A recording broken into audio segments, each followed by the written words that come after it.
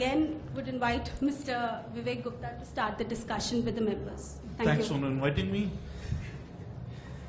So, yeah, welcome again. Yeah, we'll appreciate if you can just take your drinks and probably be back on your tables. So that will really help us kickstart the discussion. Can we have some more mics here, please? So again, thanks again, gentlemen. Thanks for joining us. So let me start the discussion with Sudeep, sitting right next to me. So I thought, let me start with him first. So we were having a very interesting discussion downstairs just before we started the session, and I wanted to start with you. What are the barriers you see for media companies for cloud adoption? Sure. I think overall, what we do, I think I see things more from the commercial aspects and the value proposition. Typically, when we are expanding new infrastructure or setting up new applications or expanding new launches, one of the challenges, typically we see, if we are, expanding to new locations, tier 2, tier 3 locations. For us, I think getting a network capacity, available, the right network capacity available for the content to be available on time. So from the print perspective, getting it, papers are going to be available early morning, 6:40. It has to be there at everybody's house. So overall, the capacity is a big barrier, which we see, which I think probably it is getting there with the maturity. Where maybe in next 2-3 years is going to get better. But I think when we look at cloud, a lot of investments that we are doing currently, the commoditization that cloud brings into the picture, that needs to be probably done a little bit more than where we are right now. A lot of times when we are setting up new applications, we are, or maybe we are doing refreshes, we are tending to buy for, sizing for 5-year period, estimating a business growth of 15%, 20%, 25%, taking care of a lot of volatility, which right now could easily be taken care with the cloud, which can take care of all the surges that one may have in there. But that's not currently being done as much as we would want, because a lot of times there's a barrier of what we already have on-premise, the way we are working, the way we are set up, and moving it out to the cloud, how the current setup is going to be organized to that. So I think those are the key challenges that needs to be probably worked on. So Jasbir, I may extend the same question to you, because you have been again a user for Amazon for quite some time. So how have you gone about mitigating some of the challenges that Sudeep was just talking about? Hello. So yeah, the first challenge always is capacity planning. So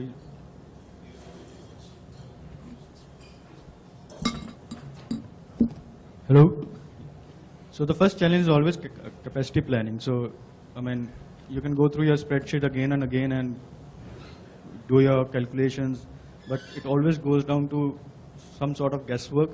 If our current infrastructure would handle it, let's say 2 months down the line, if the website goes well, there's going to be a lot more traffic, and what then? So that part, if it's taken care of by a cloud which is scalable, so that gives us a lot more freedom to concentrate on different things besides that's taken care of.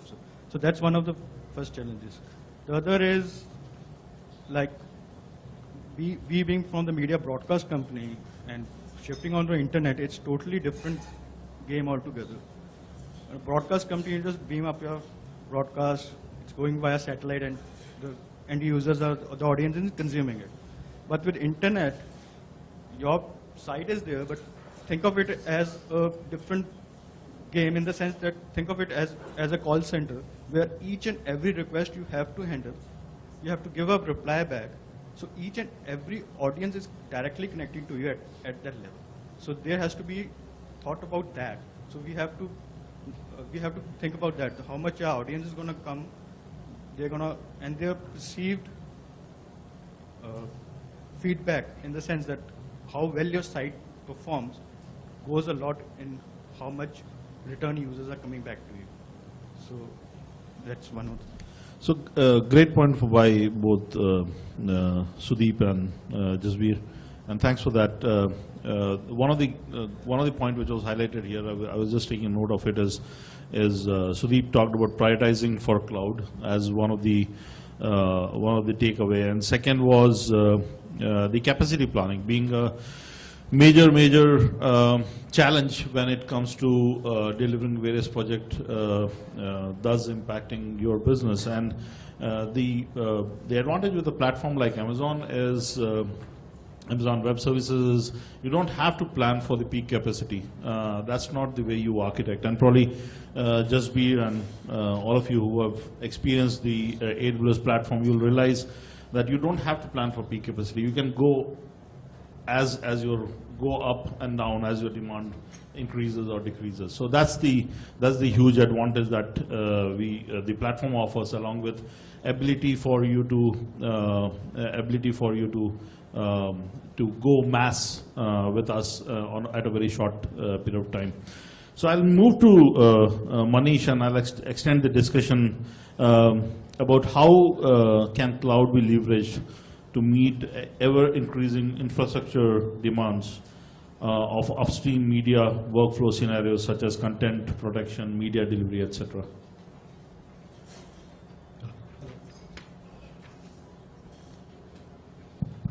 Sure. So, we feel that cloud really can help us to plan and size our ever-growing traffic and the demand for more hardware or the resources. Primarily from the fact that initially, just to give you a little background, that why I feel we started with the co-location model, wherein we started with our own servers and we started putting the servers on the services on the individual servers. And we kept on expanding our infrastructure. But soon we realized that power costs are hitting us badly, which is close to 60% of our overall OPEX in the data center. So then we started virtualizing our own hardware, wherein we have already invested for 4 to 5 years, which kind of sustained for some more time. This is true for the organic growth, but our data consumption and the user behavior is a little different for different segment of services. So we have primarily 3 different segments of services. One is the news segment, which is kind of write once and access many times, and at times we see surge due to any breaking news or special events, and some special events like election, budget, or any other such events, wherein we need to handle the surge in the load, and that is where we started using cloud in the traditional way of using it. So we started distributing our content onto the content distribution network. We started using our internal private cloud for elasticity purpose, wherein we kept on adding or removing the services as and when required. The second set of the service or the segment of data which we have is the market data, which is kind of write many times and continuously changing, and at the same time it is being read by the users. That is where the challenge was little different, because I can't put those content onto the content distribution network because the data is changing very fast. We started with kind of putting a large memory instances in our data center, but that was not kind of helping and sustaining. So we tried creating a serving stack on top of it, which is kind of in-memory databases, which is pulling the data from those stack, which is distributable across multiple data centers. And that is when we started leveraging the multiple cloud service provider. One is our private cloud, wherein we are distributing the service, and the same content we started distributing onto the public cloud like Amazon and likes of Amazon, which helped us to handle those kind of inorganic surge, especially when the market is opening, right? We see sudden surge of traffic coming in and everyone is accessing the content to see whether the market is going up, going down.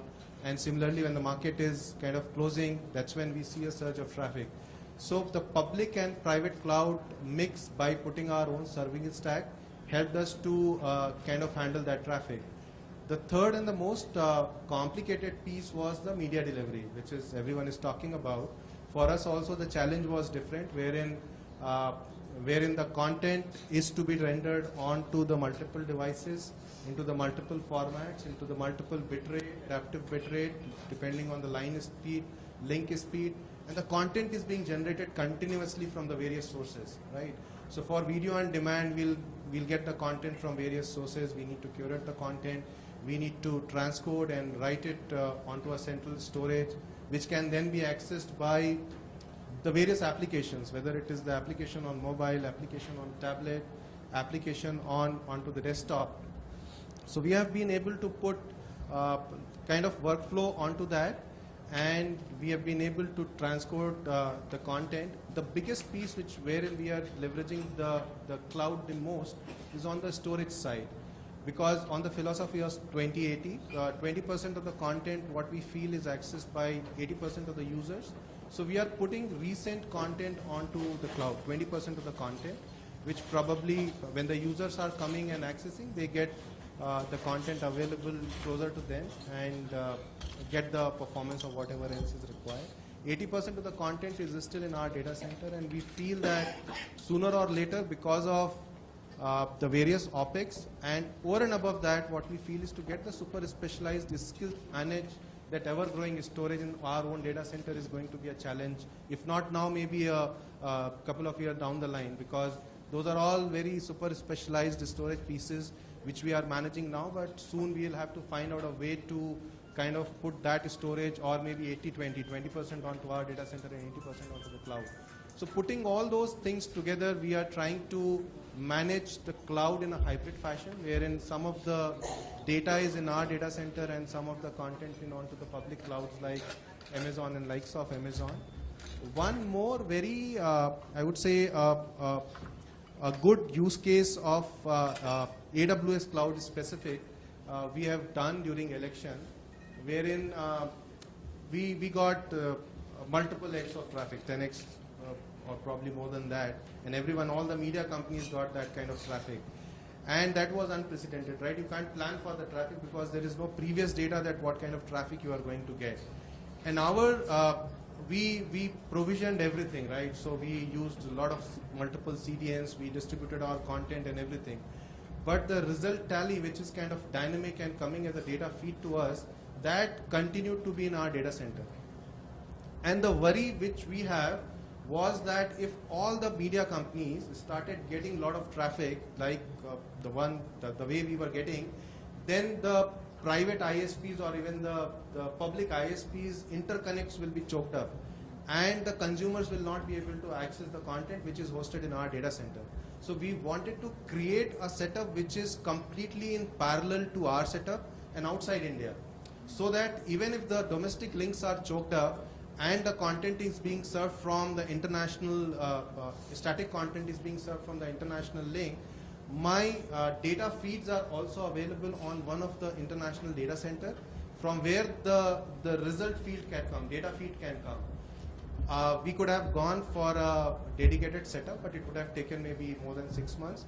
On Amazon, we have set up a parallel DR setup in less than a month's time. So we used a separate feed, we used separate serving stack, we used separate compute stack, we used S3 to store the data feed, we used messaging queue or service on top of it, and on top of everything, we used a cloud DNS, global traffic management service, which kept on checking the health of our both the data centers, one in India and one in outside India, and depending on the availability, if at all there is any issue in availability in either of the data center, it routed the traffic to the right data center for content access, and we have been available during the election time 100% of the site, 100% of the time.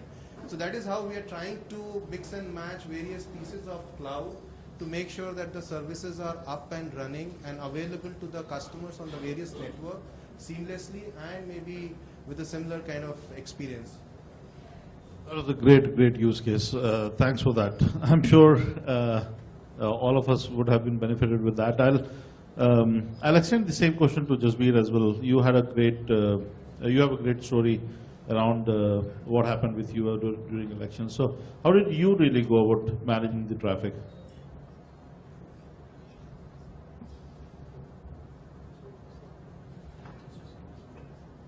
Can we get some mic, please, here? Hello. So yeah, so we had a very interactive partnership with AWS during the elections time, and so a couple of days before the elections, though, so we had this. We applied for this IAM, which is their event management, event management services, where a whole lot of suddenly we had around 50-60 people looking at our setup, going through everything with us, and within a span of 6 hours, we had so much input coming in. If you could try this to this, so much professional help within a span of 6 hours was just mind-boggling for us. We were and they had people with us sitting over at the time of the whole election day. We had a 24-hour link up with their professional help, and they did it across the globe. We started off with Sydney people and then migrated off to the US people, and so much support, so much detailed work was really overwhelming and really appreciated by us. And so we certainly had a lot more people behind us looking at our infrastructure, looking at every detail, everything, made sure the load balancers were scaled up, made sure that everything was up to the mark to handle that peak traffic. And so that was a really amazing day for us too. And it just took a lot of load from us, and we were just concentrating and just watching the numbers go higher, and we were just hitting one milestone after another. So that was extremely good thing. What is the kind of traffic that you handled that day? The election time? Do you have any stats on that to share with us? I think we published those stats, but the numbers escape me right now. But on the server side, I can tell you we were 30x server within a span of 3 hours. So that was amazing. Watching those instances boot up, and handling those traffic. And that was something to just watching your graph go that way. So that was, but the numbers, we published those numbers, and I mean, those were we'll say we were the biggest one on that day, but others would repute that. But the numbers were more than we expected, and we handled them beautifully. So it was really amazing to see that. Yeah, that's an awesome story of the scalability that we were talking about, that you can scale up. So NDTV in their example, and even for TV18, I'm sure it would have been the case when you've just scaled up.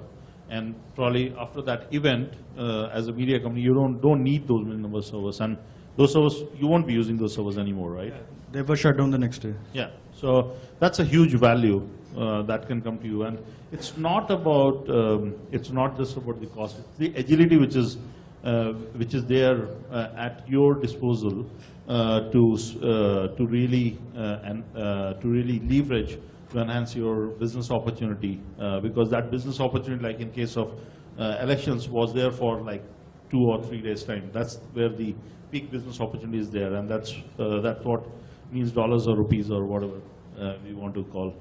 It's sorry, it's more than dollars or rupees. It's also credibility and reputation. Correct. Online.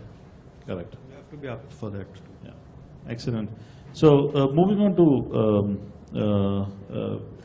Bikram, question to you is, we've been talking about different use cases. During the first panel, we had some amazing use cases. We had more use cases shared by the panel as of now. So are you able to expand on a few more use cases of cloud adoption across media companies, media entertainment companies across the globe, and in India specifically? Sure. I want to start off by saying, we have not briefed any of the panelists, really, so I really want to thank all the panelists, Abhijay, Ajay, Manish, Jasbir, all the people who said good things about us. I really want to assure you that there's been no briefing session with the panelists.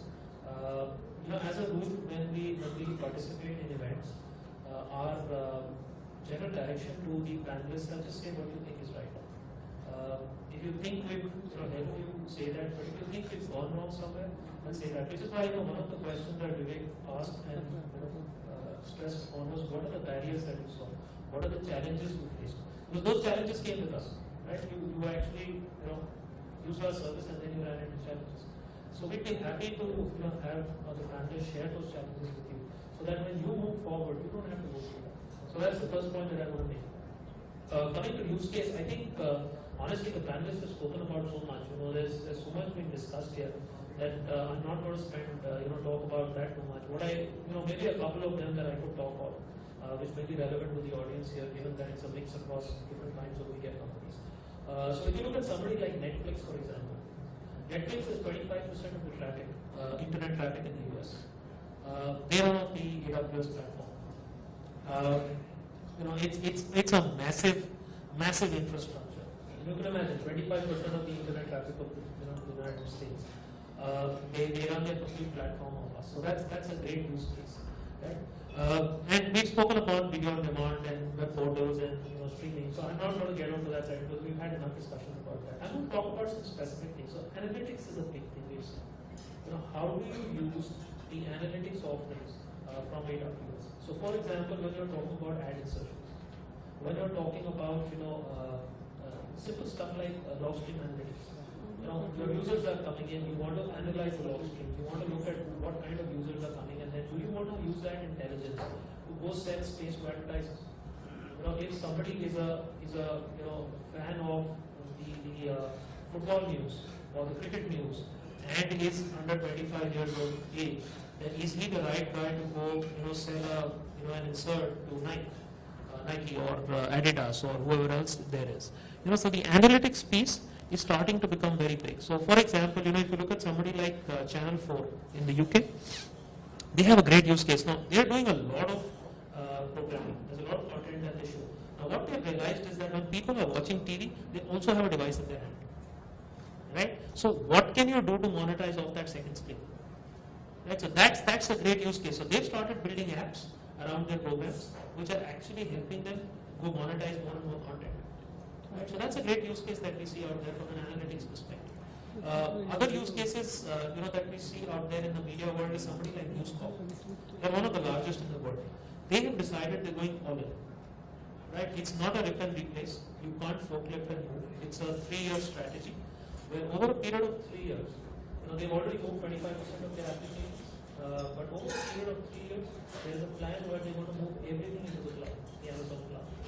And that is something that we're seeing. Dow Jones, which is a part of that same group, they're talking about $100 million savings. So these are different use cases outside of the typical ones that we've discussed today, which are of course the key ones. But we're seeing lots happening in the media space, which is other than just streaming video on demand. Enterprise apps are moving, lock, stock and barrel. SAP migrations, customers, everything. So lots happening there. Yes, and thanks for that. I'll just extend the use case that Vikram was talking about. So Dow Jones International had 40 data centers of their own. They are moving 3,000 applications and 34 data centers onto AWS. That will allow them to save $100 million. Obviously, it's a massive scale company. And the timeline for that is January of 2015. That's what. So you can find about this even if you go to YouTube. There are content available on this, or you can come to our websites and there's lots of content available. It's a great transition we are seeing. The other one is Contenast. We recently put something up on YouTube. You should see that. It ends by then putting a sign on the data center saying for sale. So, I don't think that's going to happen. In the fullness of time, data centers will be there. I don't think data centers are going away.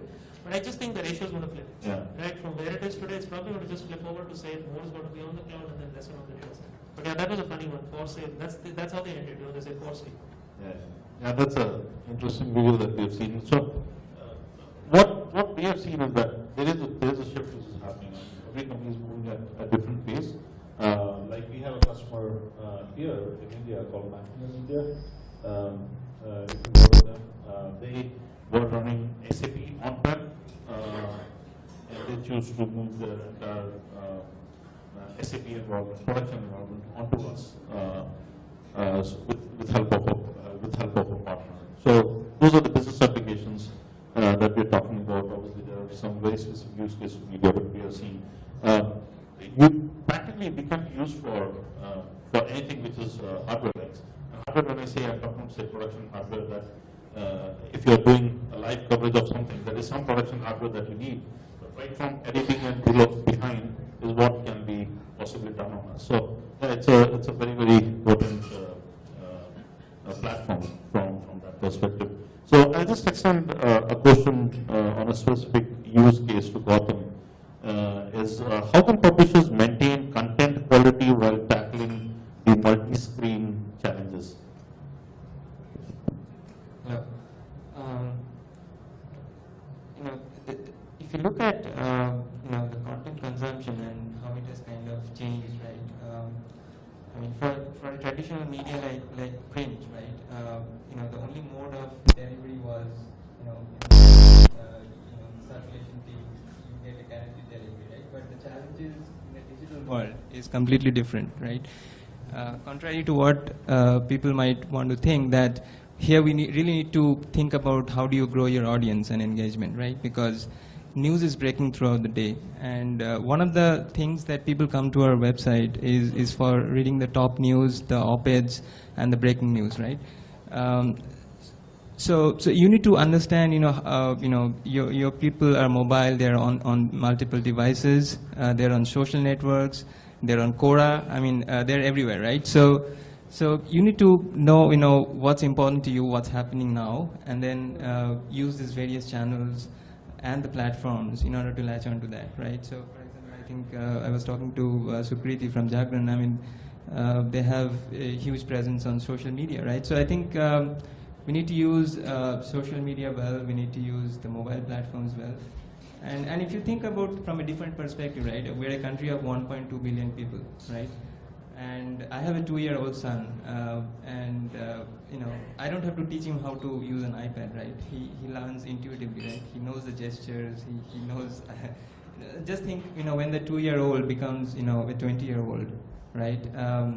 They're not going to be latching onto the traditional mode of, consuming media, right? They're going to expect that, the news to follow them. It's like, the news is getting more and more personalized, right? So today I go to Facebook, and Facebook has become my news reader, right? Because based on what I've liked or based on what I read, these are more of what I like, right? So that's a very good use cases where we can leverage something like Amazon, because they provide the computing at scale. I mean, just to take an analogy, right? You can think of computing like becoming more and more like utility, right? Like electricity, right? Today, you get billed at the end of the month for the amount of units you have consumed. Today, computer has become like that, right? Computer has become an API. It's very different from the traditional world where you have to go through a capex cycle and provision your hardware for the peak capacity, like you mentioned. So it's a very different world, right? So if you don't know the demand, fine, right? So you just deploy your hardware and set up the auto scaling. And if demand comes, the auto scaling will take care of it for you, right? So, or if you think about the things that you brought about in terms of mining the user data, right? There is a ton of information which we can leverage to kind of probably build businesses around that. And the industry term for that is big data, right?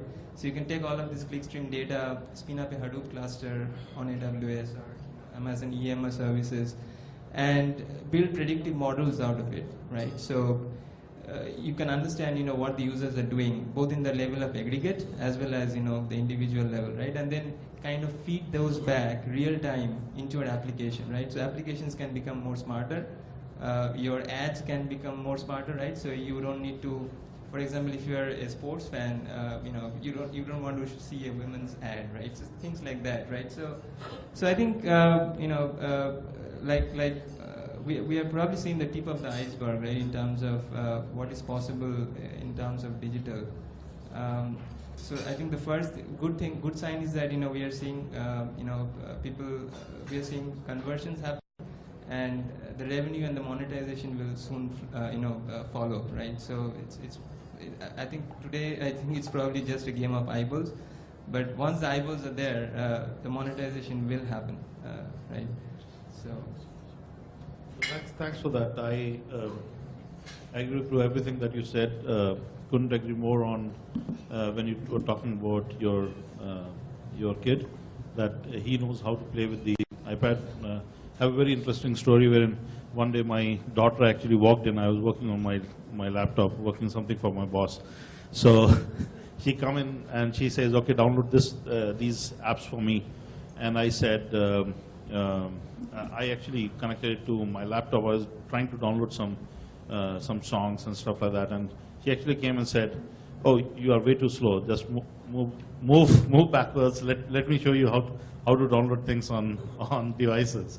So yeah, Flip side there is that I'm just paying a bill of 4,000 rupees on my daughter's phone, right, this month. I bought her a 5C, and yeah, the bill shock is, I'm not yet over it, 4,000 rupees, and it's just adding up. So I'm trying to figure this one out. So yeah, absolutely. Okay, great. So moving on to with the discussion, I'll go to Jasbir. What are the three most critical challenges that you were able to mitigate by leveraging AWS? I'm a technical person, so I'll say sort of technical things. AWS is Amazon Web Services. So Web Services is APIs. APIs to me mean command line. So I, on my fingertips, have the power to have my infrastructure at my command. So I can scale them, scale down, have it automated, all that stuff. I don't even have to fill up a single form to do all that. So to me, that was a very big thing. Besides that, we started off with the AWS in 2009. There was just S3, no auto scaling, no ELBs also. And even then, AWS was much more, shifting to AWS was much more beneficial and nice to us than to be with our hardware setup. So I being a sysadmin, I love my hardware. We recently, in 2009, we bought couple of Dell R710s, big beefy machines, our main website for running on them, and suddenly one fine day in the month of May, something happened. It wasn't a load issue, it was just something happened. And it wasn't a traffic issue, it was just something happened. And it was just like everybody's standing behind me on my head, what's happening. So NDTV.com shifted to Amazon within a span of 3 hours. It was not a planned move. And it turned out to be a single line of code, which instead of hitting a external API, was hitting the web server itself again and again and again. But to mitigate that, and to be able to have your site live up and running again, and then have the capacity to add on servers until unless you found out the fault and fixed it up and your load went down. That was the day, and we haven't looked at those Dell R710s again. They're still there, idling in the data center. So that was the second use case, like shifting over your main site in a span of 3 hours. The other, over the years, the interaction with AWS has been so much great. We never met a sales guy until 2 years of using AWS. And that too, a call from Singapore, hi, how are you doing? It was Rick, and he said, okay, how are you doing? I know you are using AWS, I'm the sales guy, and I'm in Singapore, I'll be coming over next week to Delhi, so would you meet up with us? Sure, fine. So he was like, okay. So that, we had interaction with the engineers first, then with the salespeople. So, and that is a lot of, for infrastructure guy, that means a lot. No sales crap, whatever. What you want, you interact with the team that is there. And the first interaction I remember was with these guys who had come over and they were saying shift from instance storage to EBS-based storage, EBS-based instances. We were still on instance storage because whatever reasons, and so that was the first technical interaction with them. So they were explaining to us the advantage of the EBS. So that's way back, like before even we were on instance-based storage. And recently also during the Heartbleed thing, I mean, we were up for two days straight fixing everything, and we were confident we had we had upgraded all the stuff that was needed to be done, and we get a mail from Amazon Web Services that this particular instance is still vulnerable. So, I mean, so to that level of support that, okay, you missed this one particular instance, and then we went through our, okay, that was one old instance, smaller instance, which was still running a development environment. So that kind of support, that kind of feedback that AWS was giving us. Plus the other benefit of AWS being all the different services are independent of each other in the sense that you can start using S3 irrespective of your servers being there in S3. So this is how we started off earlier also. We set up a social site and we started using S3 first, and then we shifted our servers to Amazon. And again with CloudFront also, I believe you can use CloudFront irrespective of wherever your servers are. So that gives you a very playing level field in the media domain that even regional startups can have a very good, powerful CDN service at very reasonable rates and are competing with the national level, because they don't need to have big purses to come online and be available all that time. I think I covered the 3 points, or you need more? Those are all great examples. So one question that I just wanted to extend, I get to hear this from a lot of customers. How much of control you really have on the instances that you're running? Like, do you really have control on AWS infrastructure that you are running for your business? Yeah, you have, complete control over the infrastructure that you want. There's some mind shift that you have to go through. That earlier, I am a sysadmin, so we sysadmin used to brag about the uptimes of our servers. Now you don't need to care about that, because the servers are up for a couple of hours and they're down. So on being on Amazon, if you have servers running more than for 6 months or so, there's something wrong that you're doing. So you need to be like, hasn't the demand come and gone or whatever? So that's one. About control over infrastructure, there might be some security issues for people to think about. They don't have security over their data or whatever. But with new features like VPC, that's been covered also. You have much more better control over the network now. I think AWS with their innovations have been like pounding us with lots of features that were demanded by us, and they've taken care of all the security and whatever concerns were. So I've never felt that we don't have control over our. Yeah, specifically, the reason I raise this point is because when we talk about adopting cloud, this at times becomes a major concern that do I really have control on the infra that I'm going to use, and then what kind of security measures that we have to implement, or the change management that you have to go through. As Jasbir was saying, it's a change of mindset, but you have absolute 100% control over the infrastructure that you are using for your own business use.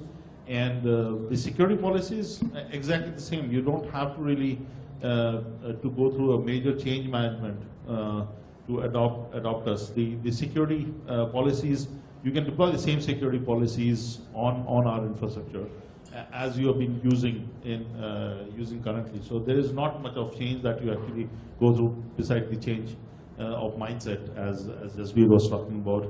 So I'll extend my question to Manish now. How cloud services help media and entertainment companies tackle challenges of complexity of 24/7 content delivery? Sure. Yeah, so it was not only the capacity or the compute problem which probably was the reason for, or we really need to worry about to run the operations 24/7.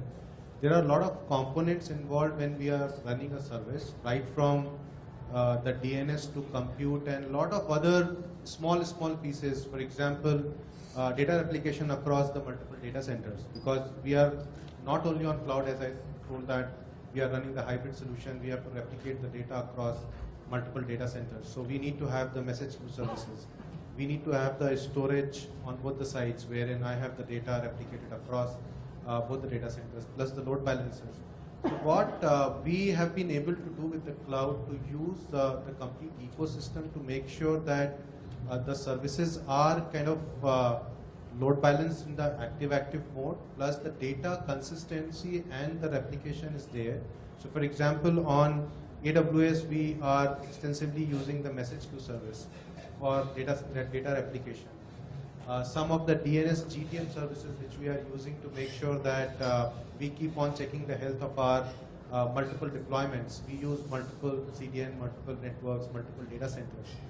Plus, of course, compute and the services are the key parts of running the operations 24/7.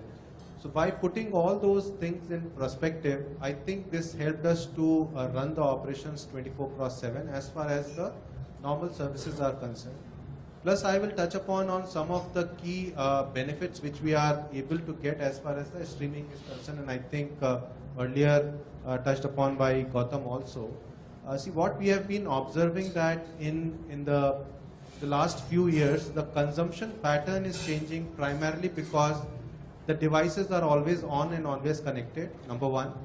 Number two, the people are simultaneously accessing the content on multiple devices. Take the example of you sitting in the office, you have your laptop open, you probably have your mobile also or tablet also open. You want to watch the same content on desktop or laptop, you want to watch the same content onto your tablet or iPhone.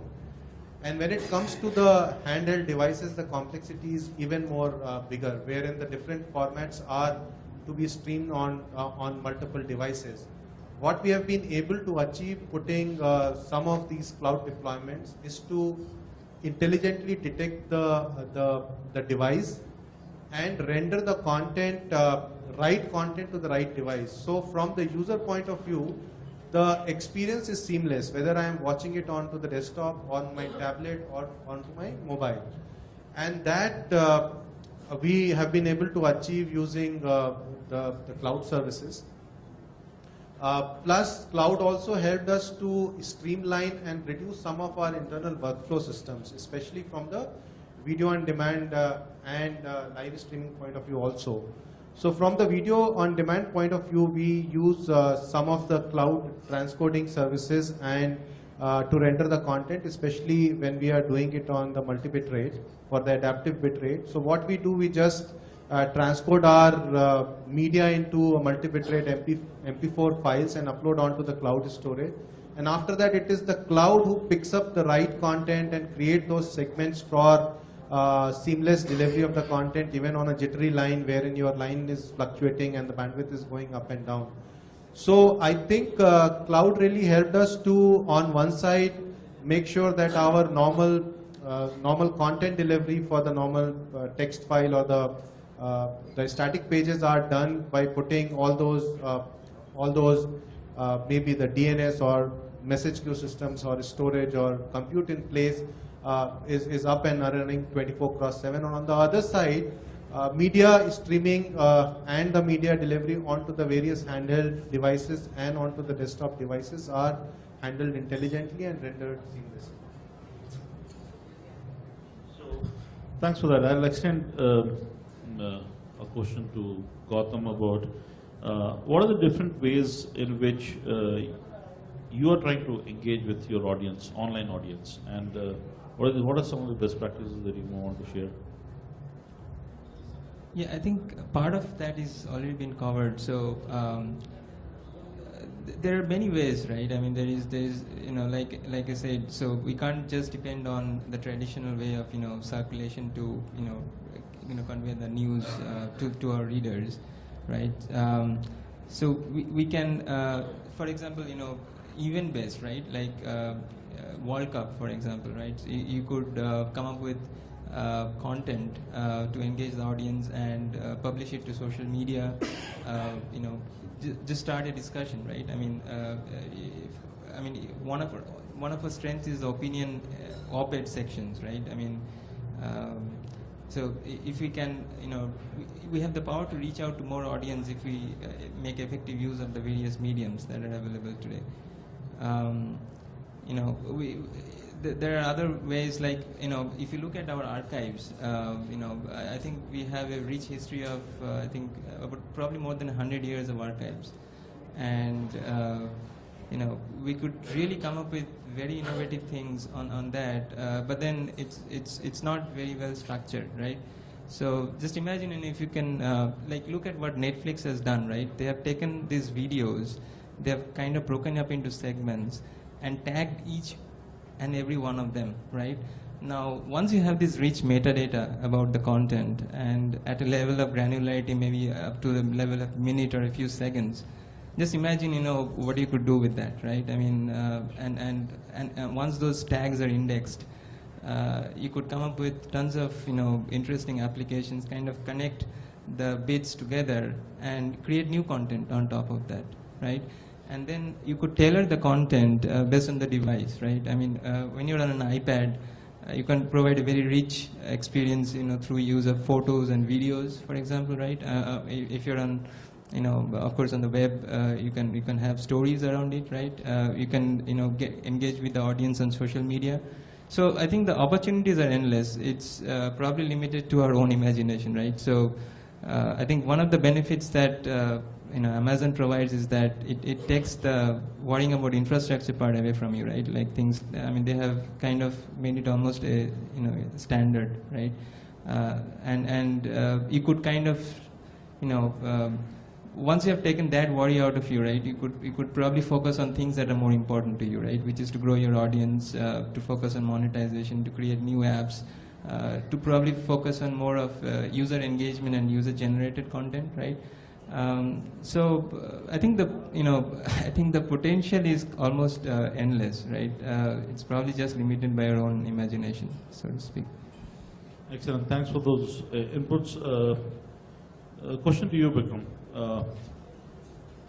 Couple of things. While we have heard the panelists about some of the use cases that they are running, but we keep hearing different definitions of cloud. We keep hearing different ways, different companies talking about cloud. So my question to you is, how is AWS different, and why? How do you really stand out versus the other players, I would say? Right. So, you know, great question. What we've been seeing is that over the last couple of years, you know what they say, lipstick on a pig.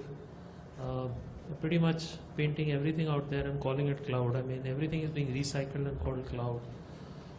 So there's a lot of stuff out there, and yeah, it's very easy to you know, misrepresent. But without getting into, you know, what other companies are doing, I think there's a couple of things that I do want to talk about from an AWS perspective. Right? The first is really experience. You know, there's no compression algorithm for experience. So, you know, there's no you know, you can't, what you've learned in 8 years by doing things at the scale at which we've done them, you can't really, you know, go out there and compress that experience, right? So that's one. The second, I think, is really about the breadth of the platform. Today, if you look at the number of services, you look at the depth of the platform. Most other platforms, you know, if you were to ask me, are where AWS was probably back in 2009. You know, that's probably where the others are.